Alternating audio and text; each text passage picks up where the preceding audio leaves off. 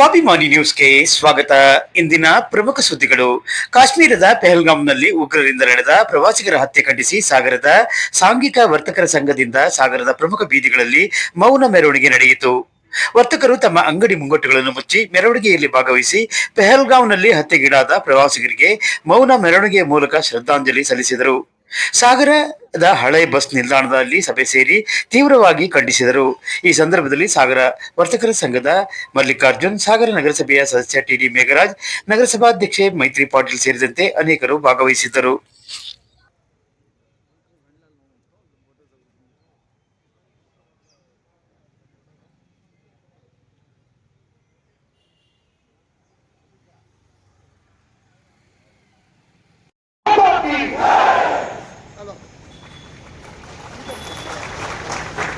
ಸ್ಪೀಕರೇ, ಇವತ್ತಿನ ಪ್ರಮುಖವಾದಂತಹ ಕಾರ್ಯಕ್ರಮದಲ್ಲಿ ಶಿರಾಜ ಈಗೇನು ಹುತಾತ್ಮರಾಗಿದ್ದಾರೆ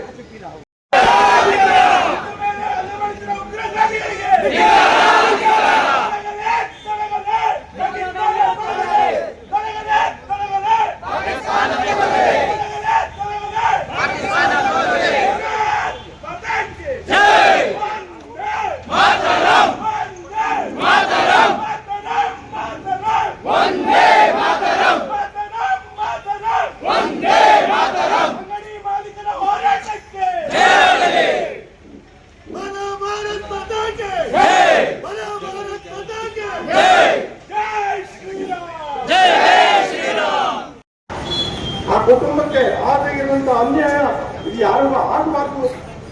ನಮ್ಮ ಸರ್ಕಾರಕ್ಕೆ ಬಲವಾದಂತ ಒಂದು ಸಹಕಾರವನ್ನ ಪ್ರೋತ್ಸಾಹವನ್ನ ನಾವು ಕೊಡಬೇಕು. ಅನೇಕರು ಮಹನೀಯರು ಮಾತಾಡಿದ್ದಾರೆ.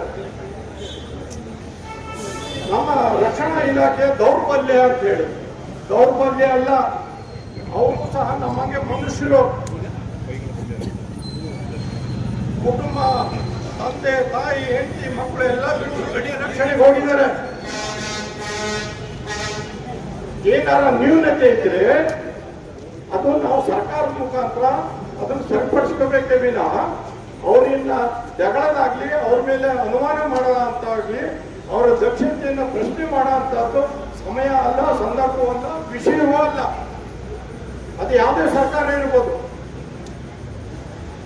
ಆದ್ರಿಂದ ನಾನು ಹೇಳೋದಿಷ್ಟೇ, ನಮ್ಮನ್ನ ರಕ್ಷಣೆ ಮಾಡ್ತಿರ್ತಕ್ಕಂಥ ಸೈನಿಕರಿರ್ಬೋದು, ಪೊಲೀಸರಿರ್ಬೋದು, ಯಾರೇ ಇರ್ಬೋದು, ಅವರೆಲ್ಲರಿಗೂ ಸಹ ನಾವು ಈ ಸಂದರ್ಭದಲ್ಲಿ ಈವರೆಗೂ ನಮ್ಮೆಲ್ಲರಿಗೂ ರಕ್ಷಣೆ ಮಾಡೋದಕ್ಕೆ ಮೊದಲನೇದಾಗಿ ಅವರಿಗೆ ಕೃತಜ್ಞತೆ ಹೇಳ್ತಾ,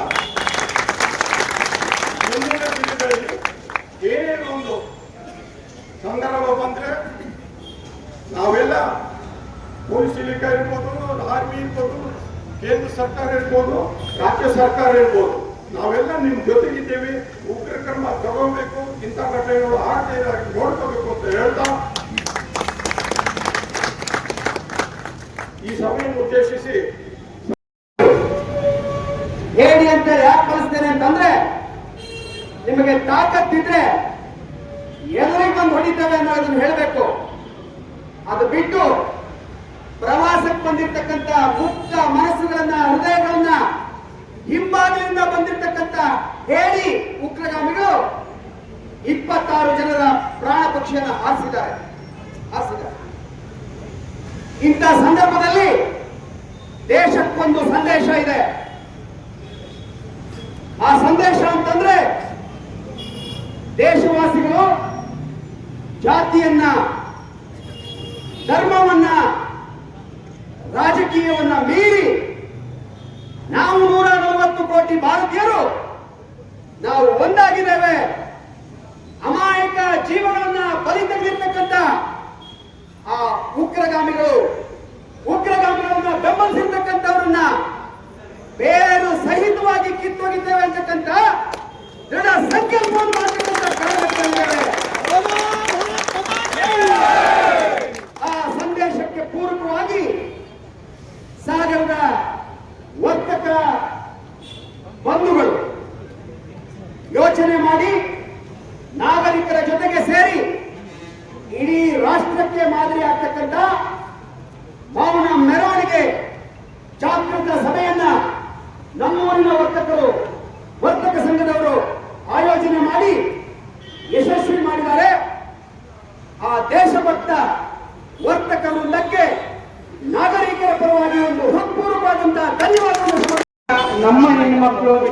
ಒಂದು ದೇಶದ ಮಕ್ಕಳು ಈ ರೀತಿಯಾಗಿ ಅವರಿಗೆ ತೊಂದರೆ ಆಗಿರೋದನ್ನ ನೆನಪು ಮಾಡಿಕೊಂಡು ಅವರಿಗೆ ಶ್ರದ್ಧಾಂಜಲಿ ಕಾರ್ಯಕ್ರಮವನ್ನ ಮಾಡಬೇಕು ಅಂತ ಹೇಳಿ ಎಲ್ಲರೂ ಕೂಡ ಸೇರಿ ಮೌನ ಮೆರವಣಿಗೆಯನ್ನ ಮಾಡಿ ಅವರಿಗೆ ಅವರ ಆತ್ಮಕ್ಕೆ ಶಾಂತಿ ಸಿಗಲಿ ಅಂತ ಹೇಳ್ಬಿಟ್ಟು ಶ್ರದ್ಧಾಂಜಲಿಯನ್ನ ಅರ್ಪಿಸಿರುವ ಎಲ್ಲ ವರ್ತಕರ ತಂಡಕ್ಕೆ ನಾನು ವಂದನೆ ಅಭಿನಂದನೆಗಳನ್ನ ಅರ್ಪಿಸ್ತೇನೆ. ನಾವು ನಮ್ದು ಎಲ್ಲೋ ಶಿವಮೊಗ್ಗದಲ್ಲಾಯ್ತು, ಎಲ್ಲೋ ಬೆಂಗಳೂರಲ್ಲಾಯ್ತು ಅನ್ಕೊಳ್ಳೋದು ಬೇಡ. ನಮ್ಮ ಕಾರ್ಯಕ್ಕೆ ಆಗ್ಲಿಕ್ಕೆ ಏನು ಬಹಳ ದಿನಗಳು ಬೇಕಾಗಿಲ್ಲ. ನಮ್ಮೂರಿಗೂ ಈ ರೀತಿಯ ಘಟನೆ ಆಗಬಹುದು, ಇಂದಲ್ಲ ನಾಳೆ ಈ ರೀತಿ ಘಟನೆಗಳು ನಡೀಬಹುದು. ಬರೀ ವರ್ತಕರ ಸಂಘದವರಲ್ಲ, ಇಡೀ 1000 ಜನ ಈ ರೀತಿಯ ಒಂದು ಏನು ನಾವು ಅವರಿಗೆ ಶ್ರದ್ಧಾಂಜಲಿಯನ್ನ ಸಲ್ಲಿಸಕ್ಕೆ ನಾವು ಮುಂದೆ ಬರ್ತೀವಿ ಅಂದಾಗ ಎಲ್ಲರೂ ಕೂಡ ಭಾಗವಹಿಸಬೇಕು. ಇದೇನೋ ಇವ್ರು ಮಾತ್ರ ಮಾಡ್ತಾ ಇರೋದು ಈ ರೀತಿ ಅನ್ಕೋಬಾರ್ದು. ಇದು ನಮ್ಮ ಮನೆಯ ನಮ್ಮ ಕುಟುಂಬದಲ್ಲಿ ಆಗಿರ್ತಕ್ಕಂಥದ್ದು ಅಂತ ಹೇಳ್ಬಿಟ್ಟು ಎಲ್ಲರೂ ಕೂಡ ಇದಕ್ಕೆ ಭಾಗವಹಿಸಿ ಅವರಿಗೆ ಶ್ರದ್ಧಾಂಜಲಿಯನ್ನ ಸಲ್ಲಿಸಬೇಕು. ಇನ್ನೊಂದು ಹೇಳಬೇಕು ಅಂತ ಅಂದ್ರೆ ಇದರಲ್ಲಿ ರಾಜಕೀಯವನ್ನು ತರದೆ ನಾನೊಬ್ಬ ಹಿಂದೂ, ನಾನೊಬ್ಬ ಭಾರತೀಯ ಪುತ್ರ, ನಮ್ಮ ಭಾರತೀಯರು ಅಂತ ಹೇಳ್ಬಿಟ್ಟು ನಾವೆಲ್ಲರೂ ಇಂಥ ಒಂದು ಇದರಲ್ಲಿ ಭಾಗಿಯಾಗಿ ಎಲ್ಲರೂ ಕೂಡ ಇಂತಹ ಒಂದು ಉದ್ದೇಶಕ್ಕೆ ನಮ್ಮ ಒಂದು ಒಗ್ಗಟ್ಟಾಗಿ ನಾವೆಲ್ಲರೂ ಕೂಡ ಭಾಗವಹಿಸಬೇಕು ಅಂತ ಹೇಳ್ತೇನೆ. ಪಾಕಿಸ್ತಾನ ಅಂತ ಮಾತನ್ನು ಹೇಳ್ತೇವೆ. ಜೊತೆಗೆ ಚೈನಾವು ಸಹ ನಮ್ಮ ಪಕ್ಕದಲ್ಲಿದೆ. ಈ ಒಂದು ಉಗ್ರವಾದ ಹೋರಾಟಕ್ಕೆ ಚೈನಾದ ಯೋಗದಾನವೂ ಸಹ ಇದೆ ಅಂತ ಹೇಳುವ ಸಂಗತಿ ನಾವು ಮರೆಯಬಾರದು. ಪ್ರಾಯಶಃ ತಾವೆಲ್ಲರೂ ಪತ್ರಿಕೆಯಲ್ಲಿ ಗಮನಿಸಿದಿರಿ, ಮೊನ್ನೆ ಅಮೆರಿಕದ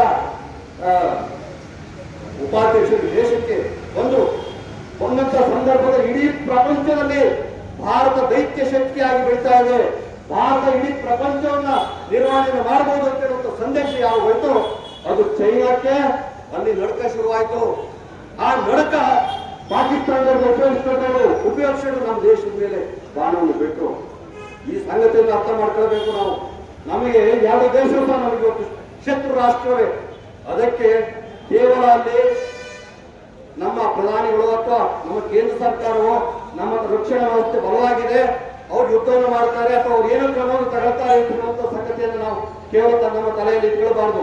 ನಾವು ಭಾರತೀಯರು ಏನಿದ್ದೇವೆ, ನಾವೇನಿದ್ದೇವೆ, ನಾವೆಲ್ಲರೂ ಈ ಹೋರಾಟದ ವಿರುದ್ಧ ಇದ್ದೇವೆ. ನಾವೆಲ್ಲರೂ ದಂಗೆಯನ್ನು ಹೇಳ್ತೇವೆ. ಸ್ವಲ್ಪ ಹೆಚ್ಚು ಕಡಿಮೆ ನಾವೆಲ್ಲರೂ ಸೇನಾನಿಗಳು ಎತ್ತಿರುವಂತ ಸಂಗತಿಯನ್ನ ಯಾವಾಗ ಪ್ರತಿಯೊಬ್ಬ ಭಾರತೀಯರ ಹೃದಯದಲ್ಲಿ ಇದು ಬರ್ತದೆಯೋ, ಭಾರತೀಯರು ಯಾವಾಗ ಪ್ರತಿಯೊಬ್ಬರು ಗೆದ್ದು ನಿಂತು ಮಾತಾಡ್ತಾರೋ ಅವಾಗ ಮಾತ್ರ ಈ ಅಖಂಡ ಭಾರತ, ಈ ಭಾರತೀಯತೆ ಬಗ್ಗೆ ನಾವೆಲ್ಲರೂ ಸೇರಿ ಮಾಡೋಣ. ಇಲ್ಲಿಗೆ ಈ ಹೋರಾಟವನ್ನು ನಿಲ್ಲಿಸೋಣ. ಮುಂದಿನ ದಿನಗಳಲ್ಲಿ ಅತ್ಯಂತ ಶೀಘ್ರವಾಗಿ ಈ ಹೋರಾಟ ನೇತೃತ್ವ ಕೊಡಿದ್ದೀರಿ. ನೀವು ವಿನಂತಿಯನ್ನು ಮಾಡ್ತಾ ಇದ್ದೇನೆ.